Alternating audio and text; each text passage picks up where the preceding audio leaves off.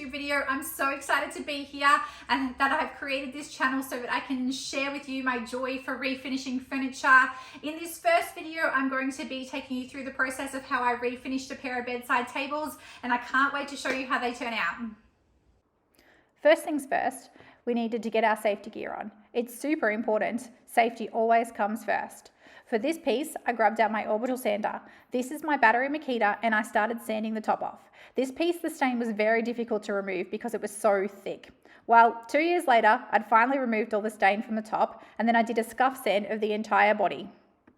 This step is critical because if you don't scuff sand and do the correct preparation, then the paint's not going to adhere to your piece and it's just going to scratch off. I usually use a 120 grit sandpaper and use whatever sander I'm currently using to scuff sand. However, sometimes I'll use a hand sanding pad just to get into the little grooves. Now it's time for a nice deep clean. For this, you can use vinegar, soap, or a degreaser. I usually like to use TSP or triclinium. You want to make sure there's no dust or grime on this piece before painting. Once it's all clean, you want to get out your frog tape and tape the edges that you want to keep timber.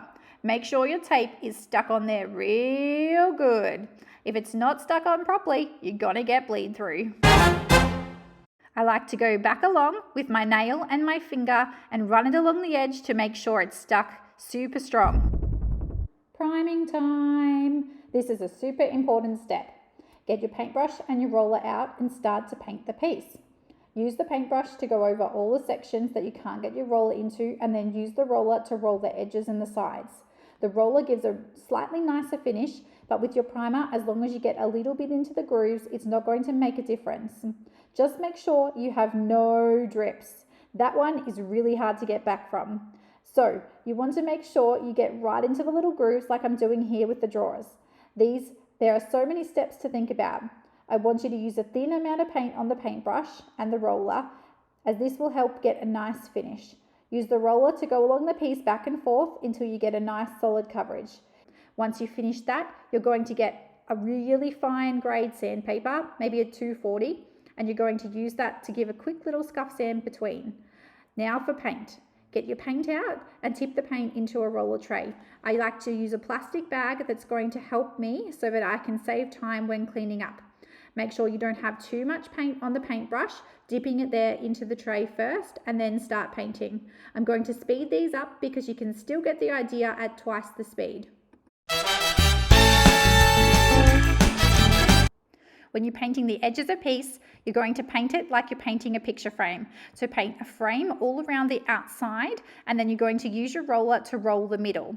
You want to make sure you don't have too much paint on there, then start rolling up and down, get a little bit more paint and move over to the next section.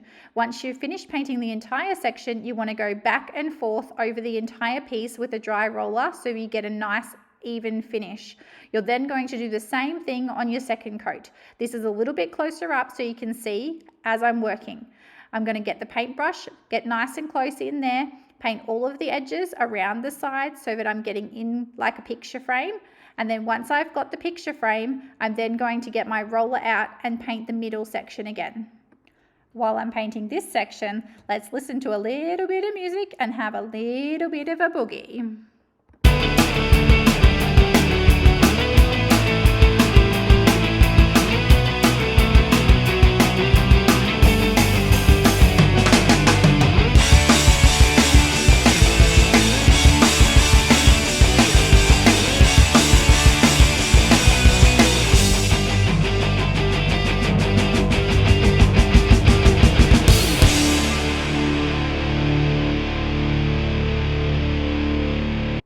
So you'll see that I employed the same technique here. I painted the paintbrush using the edges and did a picture frame, and then I used my roller to go all over the middle, going up and down and then working back across the whole piece to get that nice smooth finish. Now to remove the masking tape. This bit is honestly my favorite bit. The satisfaction of peeling the tape off and getting that nice, clean, crisp edge is just divine.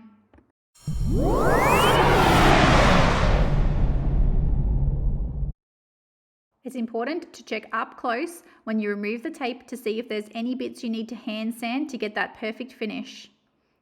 Once I've got it perfect, I'm then going to apply a stain. For these bedsides, I decided to use a stain and glaze. So this is a stain and glaze that I'm applying with my paintbrush. I paint it on, and then I'm going to use a microfiber cloth to wipe back the excess to get it to the desired thickness and color that I'm looking for.